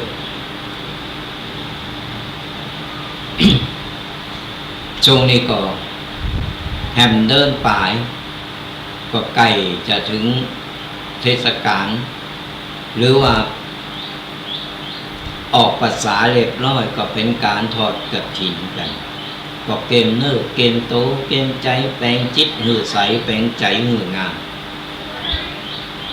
อยู่ในบุญอยู่ในกุศลกฐินไก่วัดบ้านไผ่เฮาก็หรือว่าบ้านเฮาก็ตามเล็กๆน้อยๆสั่งสมกันเอาบุญกฐินนี่ก็โอ้เป็นบุญมหาศาลเนื้อสดาญาติโยมทั้งหลาย บุญมหาศาลปีหนึ่งก็ทอดได้ครั้งเดียวในแต่ละวัน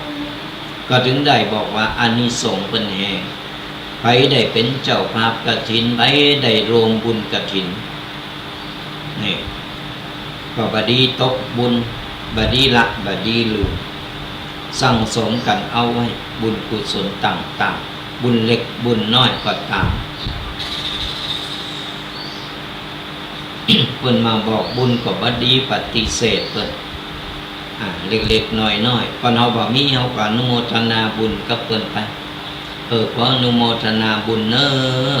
เฮาก็ได้บุญได้กุศลกับเพิ่นก็ฝากกันเอาไว้ตัวเอาละสดาญาติโยมทั้งหลายไปมาพอนาฬิกาแล้วก็เหลือครึ่งชั่วโมงปลายหน่อยเฮาจะเปิดสายหน้าไมค์สดาญาติโยมได้มามาได้มาตักมาตายกันเบอร์โทรเดี๋ยวโทรแหมกำหนึ่งเนอะ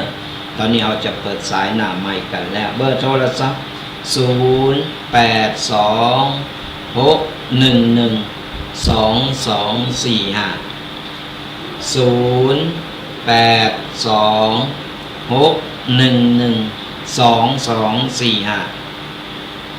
ทรมามามาเป็นกำลังอกกำลังใจกันฟังอยู่ตั้งใดชัดเจนว่าชัดเจนอากาศเป็นอย่างใดฝนตกฟ้าห้องกันน้ำท่วมกันโทรกันเข้ามา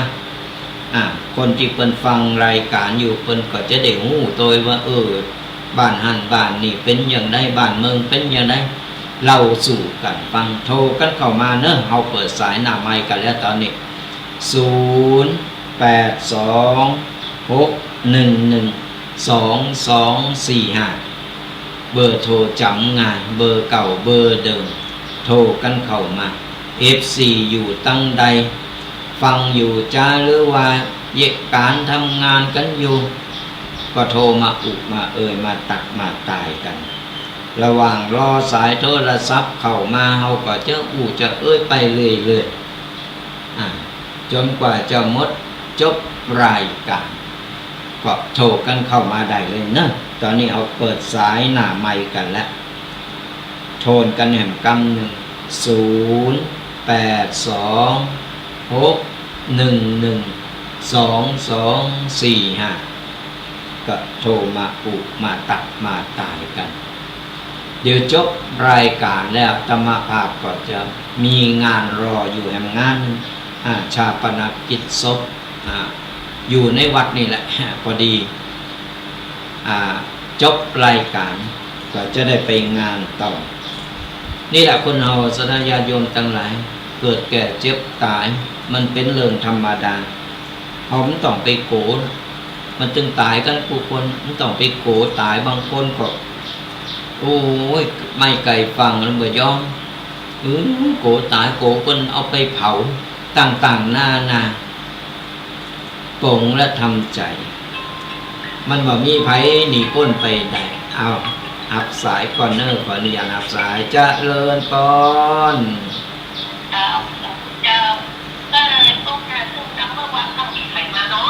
วันนี้นัมเบอร์วันเลย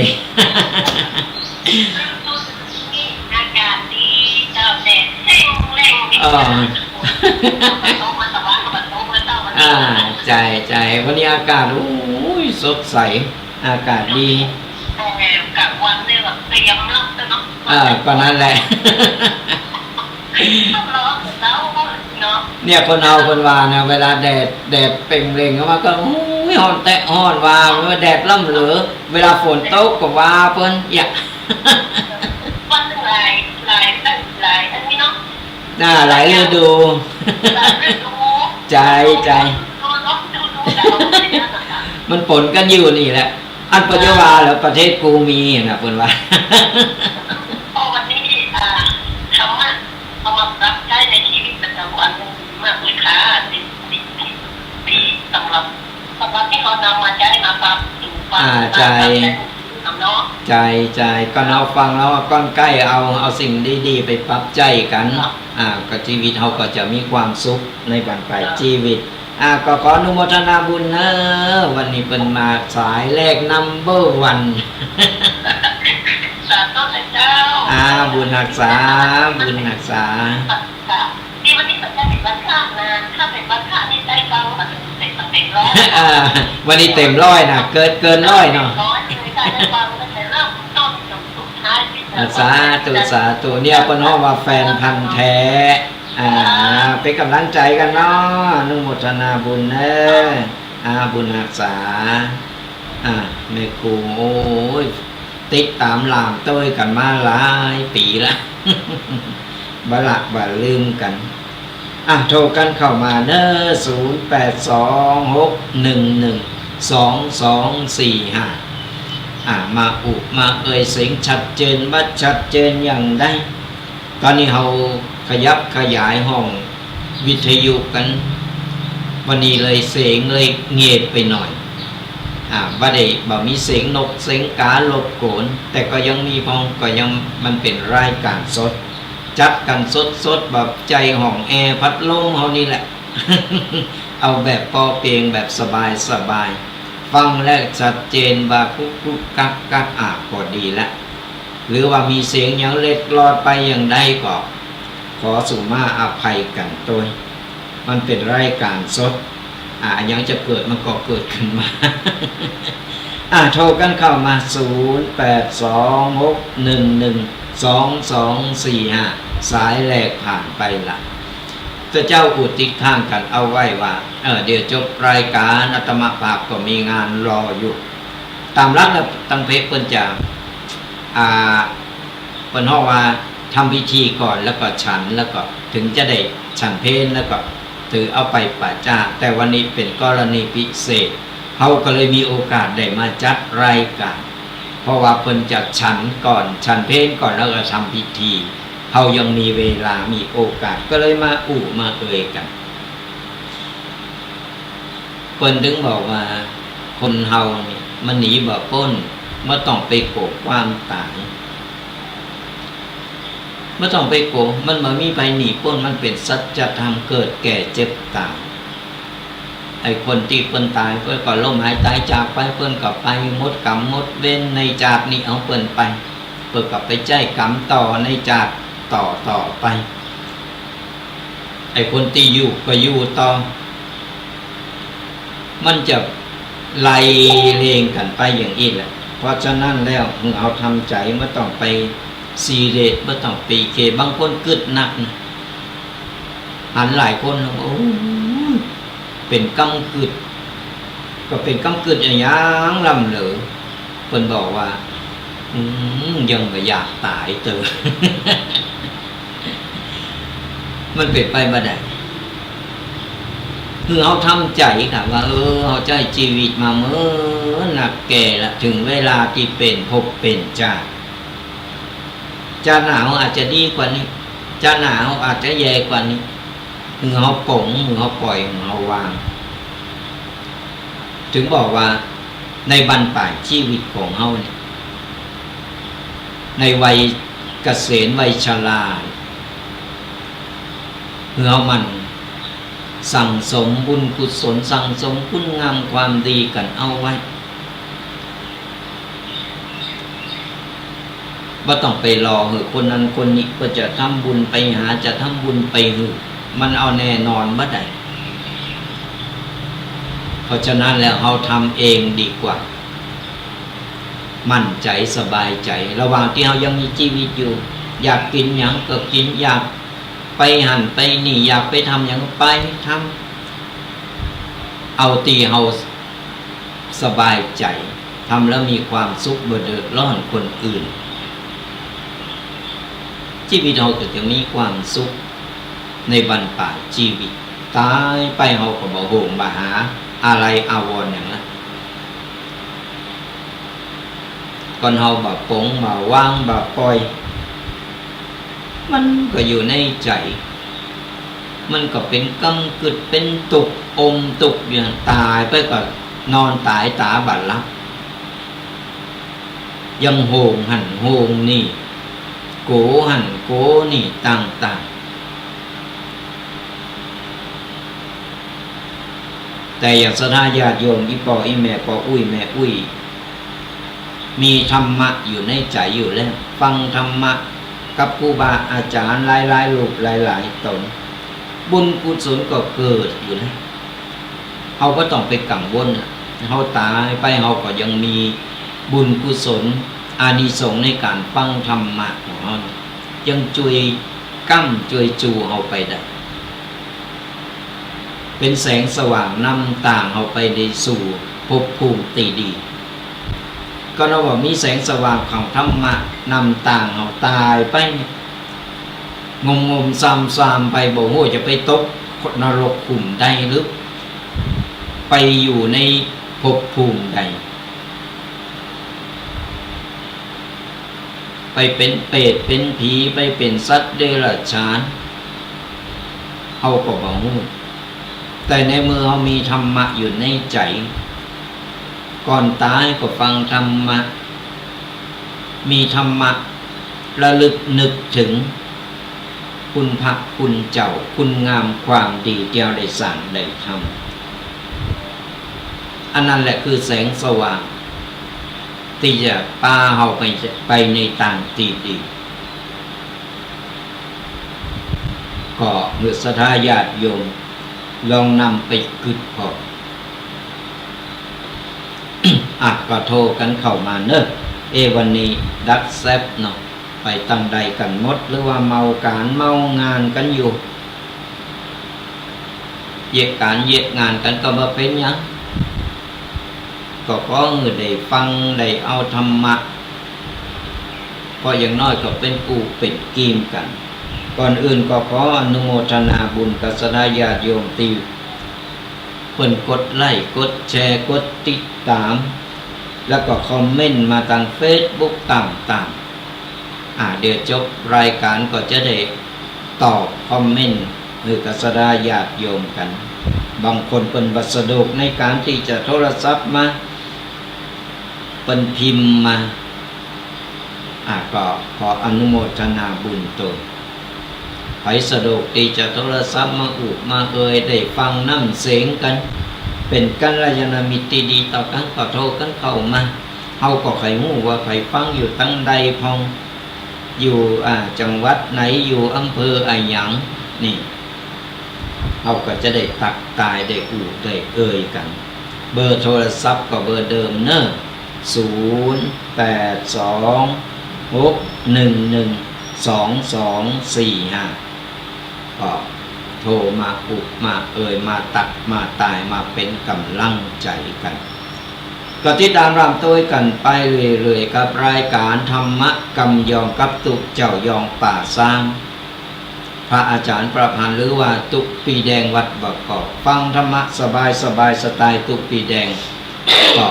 โทรมาหรือว่าติดตามกันไปฟังกันเป็นกูเป็นกีมกันไปออกอากาศกันทุกๆวันเสาร์เวลา 8 โมงจนถึง 10 โมง2 ชั่วโมงเต็มที่เราจะได้ได้กันวันใดก่อนว่าติดการติดงานเราก็จะได้มากันวันใดที่มีการมีงานก็ต้องยกเว้นกันไปก็นี่แหละคนเราไปว่าเป็นตุกเจ้าแล้วส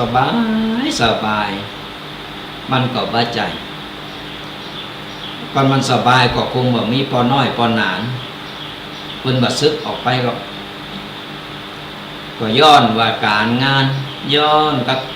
หลายเรื่องหลายเล่าตุกเจ้ากับตุกอย่างตุกเจ้าศรัทธาญาติโยมกับตุกอย่างศรัทธาญาติโยมต่างคนต่างก็มีเรื่องมีราวมีปัญหากันเล็กๆน้อยๆหรือใหญ่โตอย่างนั้นก็ของไผของมันไปเลิกตุกเจ้าว่าตุกเจ้านี่โอ้ยสบายอย่างตุกเนาะสมัยตะก่อนแต่บัดเดี๋ยวนี้มันบ่ได้บัดเดี๋ยวนี้เพิ่นว่าตุกอย่างตุกเจ้าอาวาสเป็นห้องว่าตุกหลงเพิ่นเชื่อว่าตุกหลงผู้สิ่งผู้อย่างมันลงนี่หมดขนาดเขาบ่ได้เป็นเจ้าอาวาสเขาก็ยังตุกขนาดนี้ตุกการตุกงานต ทุกข์หลายๆด่านหลายๆอย่างแต่การงานของตุเจ้ามันไม่ได้ไปทำไมทำนาทำสวนหรือไปหับจ้างอย่างที่ไหนหรือไปกล้าขายอย่างแต่เรื่องการเรื่องงานเรื่อง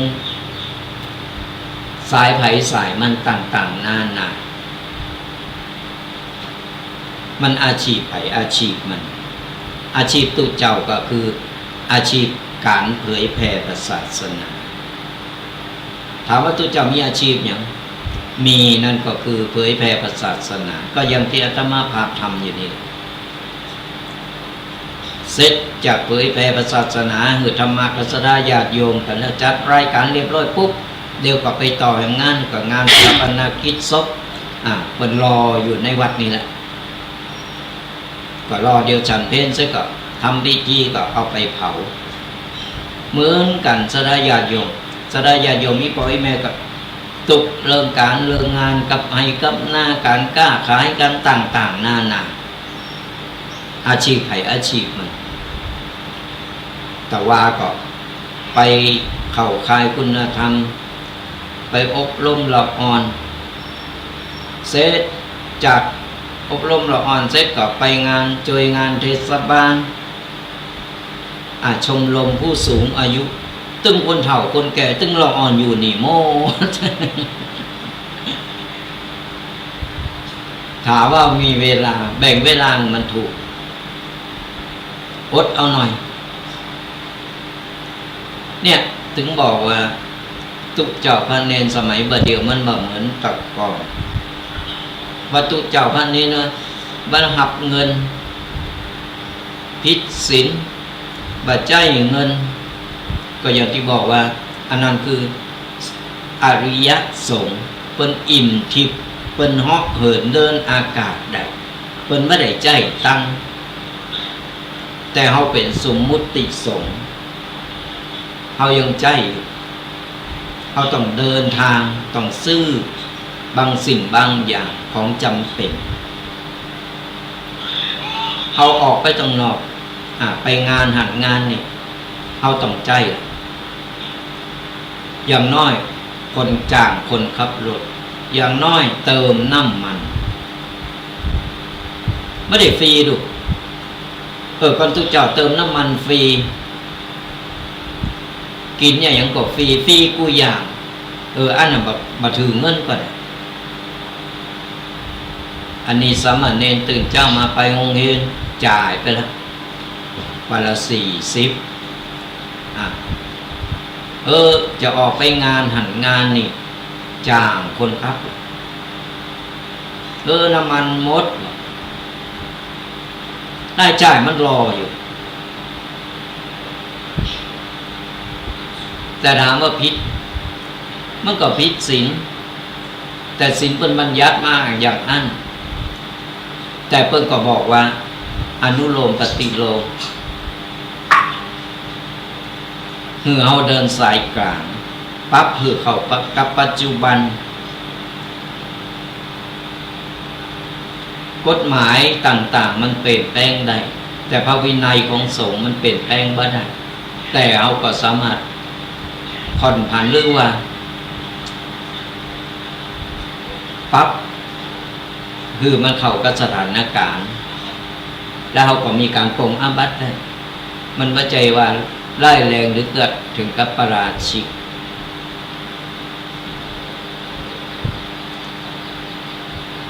เพราะมันจำเป็น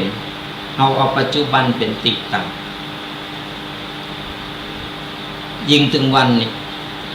ก็เราจะมาเคร่งขนาดนั้นเปิดนิมนต์เอาไปเตะจึงใหม่เอาก็ขึ้นรถเขาก็ต้องเตวลงหน้าไปสัก2-3 วันกว่าไปถึงเขาบอกมีเงินขึ้นรถไปก็เก็บตังค์เนี่ยสดาญาติโยมต่างเอาความจริงตีมันแบบบิดเบิร์นในพระวินัยก็จริงแต่เขาเอาความจริงมาปรับในชีวิตของเราเมื่อมันเข้ากับปัจจุบันแล้วอย่างเราเป็นยังเป็นสมมุติสงฆ์อยู่ กิเลสยังบ่หมดเขาไม่ได้เป็นพระอรหันต์เขายังไม่ได้อิ่มทิพย์ไม่ได้เหาะเหินเดินอากาศได้สมมุติสงฆ์ก็คือสงฆ์ลูกหลานเจ้าบ้านนี่แหละเพิ่นมาโบสถ์มาคัดเก้ากิเลสแต่ยังบ่ถึงก็ที่ว่ากิเลสหมดเพราะฉะนั้นมันก็ต้องอ่อนโยนผ่อนผันกันไปพอมันจำเป็นที่เราต้องใจน้ำไฟวัดอะไรอย่างต่างๆนานาการใจจ่ายการซึกหลอยิงสมณเณรการใจจ่ายก็มีคือมันไม่ได้ว่าเป็นตุเจ้าพันเองก็ฟรีมดกุยเนี่ยก็ฝากหือสัทธาญาติโยมลองเอาไปกึดเพราะฉะนั้นข่าวอะไรอย่างต่างๆเกี่ยวกับตุเจ้าพระเนรอย่างที่เกินไปแต่ต้นรายการว่าไม่ต้องไปตื่นข่าวแล้วก็ฟังข่าวมันหนักเสพข่าวแล้วก็เขาก็ต้องคิดวิเคราะห์ก่อนเรื่องจริงแบบจริงอย่างใดเพราะประเดี๋ยวนี้ข่าวโจมตีตุเจ้าพระเนรมีหนักตึงแต่ตึงบัดแต่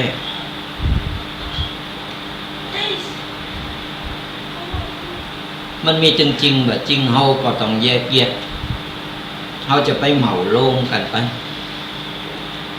ไอ้ที่เพิ่นดีเพิ่นก็ดีไอ้เพิ่นบ่ดีมันก็มีเฮาสังเกตง่ายๆเพราะครอบครัวของเฮาลูกเฮาเนี่ยนิสัยใจคอจะบ่เหมือนกันนิสัยใจก็บ่เหมือนกันเลยพี่น้องกันเนี่ยลูกหลานของเฮาเนี่ยบางคนก็นิสัยดีบางคนก็นิสัยบ่ดีมันก็ปะปนกันไปแล้วบอกว่าพ่อแม่บ่เร่งบ่ดีกันพ่อแม่บ่สั่งบ่สอนกันมันก็บ่ใจมันอยู่ที่นิสัยใจคอเขาเฮาบ่ฮู้นี่เฮาเร่งกระโตแต่เฮาบ่ฮู้จิตใจมันนึกมันคิดอะไรอย่างของมันเหมือนกันคณะสงฆ์ในประเทศของเฮาในประเทศไทยมีกี่หมื่นกี่แสนแล้วกูตนนี่จะหือนิสัยจะข้อหรือว่าอยู่ในกรอบอยู่มดกูตนกูโอมันก็เป็นไปบ่ได้มันก็มีแหกคอเขาปะปนกันไปมันก็มีโซนน้อยที่เพิ่นแหกคอไอ้ที่แหกคอไปเนี่ยก็โดยเหตุผลต่างๆอย่างของเพิ่นแต่มันก็มีโซนน้อย100 คนจะมี10 คนแล้วเพิ่นก็ได้รับกรรมของเพิ่นไปแต่ไอ้คนที่เพิ่นอยู่เพิ่นบ่มีความผิดหยังก็จะมายัดเยียดความผิดให้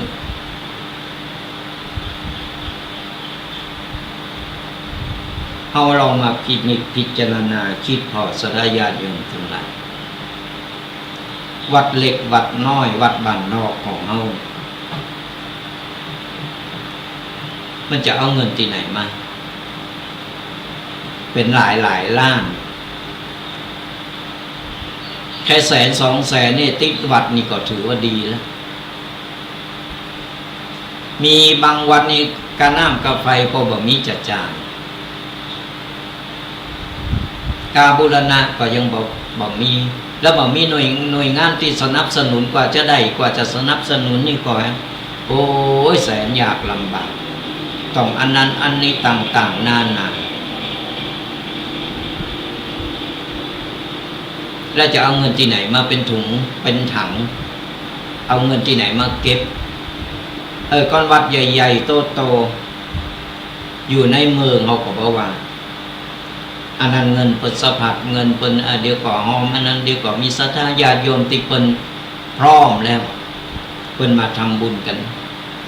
วัดเล็กวัดน้อยวัดบ้านนอกเขาบางวัดก็ยังบ่กฐินยังบ่มีเปิดป่าก็ยังบ่เคยมีคนเนี่ยแล้วเราไปเหมาโลมมันก็บ่ถูกต้อง ประแจว่าหันตุเจ้าโอ้เบอร์ละขี้ข้านหันตุเจ้ามื้อนี้ระวังเป็นบาปเป็นกรรมกระตกกับบ้านนับถือโตตนคนก็นับถือพระเลย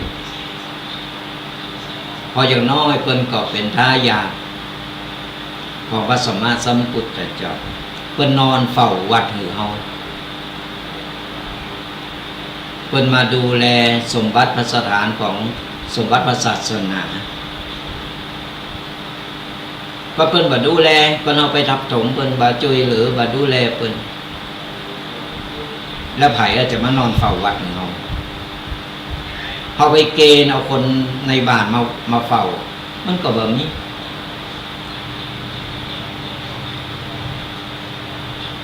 ก็กลายเป็นวัดห้างไป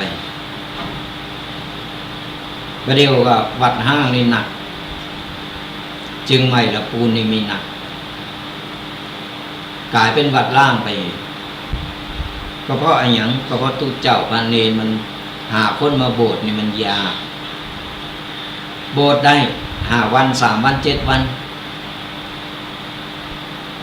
แต่โบสถ์แล้วอยู่เฝ้าวัดโบสถ์นานเป็นตุปู่ตุปอนี่มันยากก็แต่ละวัดสังเกตวัดใหญ่วัดโตวัดจานงามมีตุเจ้าอยู่ตนเดียวบางวัดก็มีเลยก็เพราะอะไรอย่างก็มันสะดวกสบายก็มันสบายโบสถ์เป็นตุเจ้าแล้วรวยนะมันก็แบบคงแบบเป็นอย่างอี้มันก็คงมีคนมาโบสถ์กันหมดแล้วโบสถ์แล้วโบสถ์เป็นตุเจ้าแล้วรวยนะไอ้มูติโบสถ์มาเนี่ยเพิ่นบัดซึกออกไปเนาะแต่ที่เพิ่นซึกไปก็เพราะอะไรอย่างเนี่ยเฮาลองมาเกิดมาไต่ต้องเขาบ่ใจอู่ว่าเขาข้างไอ้ตุเจ้านะแต่ที่เพิ่นทนอยู่ที่เพิ่นอยู่ถึงวันนี่เธอไอ้อย่างกันไผที่ว่านี่ว่าตุเจ้าอย่างนั้นอย่างนี้บ่ดีบ่นักนะก็เป็นปัจจัยก็ลองมาโบสถ์เขาแล้วจะหู้เองแล้วจะอู่ก็ออกก็เป็นแม่ยิงก็หือลูกหือโผมาโบสถ์จะได้ตุเจ้าที่ดีสมดังตีใจโตเก่าปรารถนาจะได้บ่ต้องมาว่าอันนี้อู่ตามเนื้อความจริงบ่ได้อู่ตามอารมณ์โตเก่าบ่เจ้าว่าโอ้ตุเจ้าอันนี้ซีเรียส แต่น่ะสดาญาติโยมทั้งหลายเฮามาฟังข่าวเฮามาอ่านคอมเมนต์ต่างๆนานานี่เนาะถามว่าอ่อนอกอ่อนใจอ่อนอกอ่อนใจแต่ก็ยังสู้ต่อในเมื่อความผิดเฮาก็มีอย่างเฮาก็ไม่ต้องไปเดือดร้อนไปอย่างแต่เฮามาพอแล้วมันถ้าเป็นอย่างอี้วิกฤตของศาสนาของเฮามันย่ำแย่ถ้าคนมันกึดเหมือนกันหมดนี่แต่ก็ยังดีบ้านเฮาเพิ่นเข้าใจกันก็เหมือนคนตั้งในเมืองในกรุงในที่เพิ่นเจริญรุ่งเรืองแล้วนะเพิ่นมองตุเจ้าเลยกลายเป็นสิ่งดีก็ถูกตาไม่แต่คนบ้านเฮาเพิ่นฮู้เพิ่นหันดูว่าตุเจ้าพระเนรบ้านเฮาเป็นอย่างใดอยู่กันอยู่อย่างใดกินอยู่อย่างใดแต่อันนั้นเพิ่นมีก็ไปทำบุญอย่างเดียวเพิ่นบ่ได้มาฮู้มาหันมาคุกคีความคิดมันเลยแตกต่างกันไปไอ้คนวิจารณ์มันก็วิจารณ์จังเลยบ่ฮู้อะไรอย่างล้ำเหรอแต่ไอ้คนที่จะปล่อยข่าวก็ปล่อยข่าวแต่มันมีหลายๆอย่างถึงบอกว่าเอาฟังข่าวเอาคิดวิเคราะห์แยกแยะฟังหูไว้หูก่อนจะไปตกใจไปตื่นข่าวไปบ่ดีก็ปล่อยเพิ่นไอ้ที่ดีเขาก็สนับสนุนดูแลเพิ่น เพราะอย่างน้อยก็มีคนเฝ้าวัดเหงาอย่างน้อยเขาก็มีจิตใจที่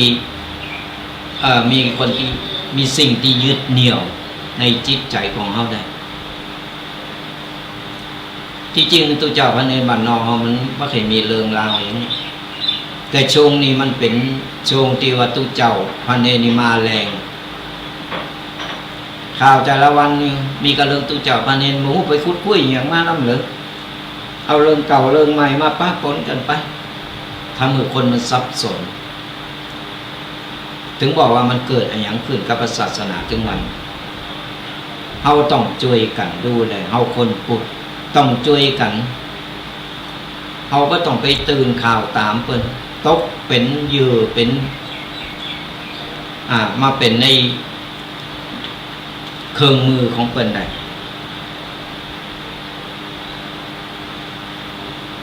เฮาต้องช่วยกันดูแลสอดส่อง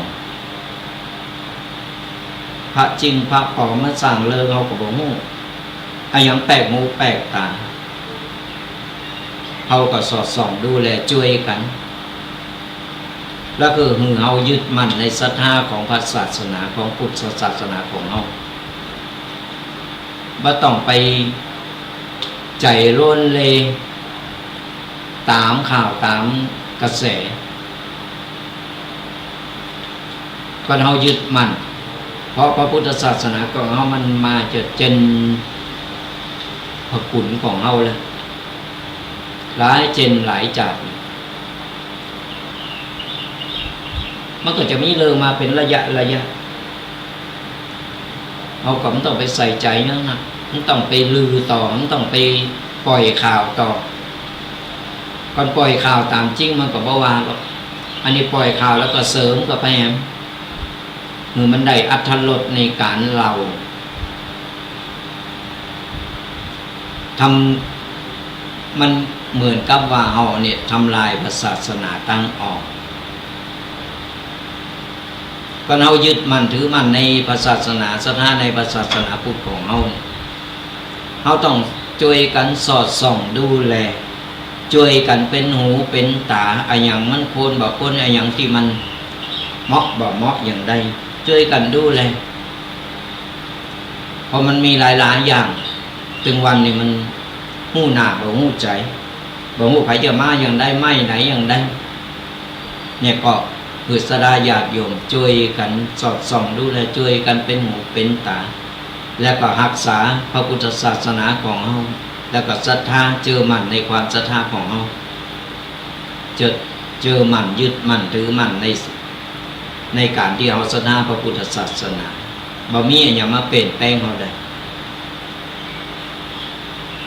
ก็ฝากศรัทธาญาติโยมกันเอาไว้เอาล่ะศรัทธาญาติโยมทั้งหลายหลังจากที่อู่ไปอู่มาก็พอนาฬิกาเลยมหานาทีอาตมาภาพก็จะได้ปั่นป้อนศรัทธาญาติโยมปั่นป้อนศรัทธาญาติโยมในช่วงท้ายรายการนี้เดี๋ยวก็มีฟังรายการกันต่อจากครูบาอาจารย์ลูกต่อไปทางต่อไปเพิ่นก็จะนำปกิณกะมาพูดมาเอ่ยกันก็ฝากติดตามกันไปกับรายการธรรมะกำยองกับตุเจ้ายองป่าสร้างพระอาจารย์ประพันธ์หรือว่าตุกปีแดงวัดบอกก็ฟังธรรมะสบายสไตล์ตุกปีแดงก็ติดตามหลักตัวมือกำลังอกกำลังใจกันไปพอทั้ง Facebook ช่อง YouTube กลุ่มไลน์ต่างๆกดไลค์กดแชร์กดติดตามกันเป็นกำลังใจกัน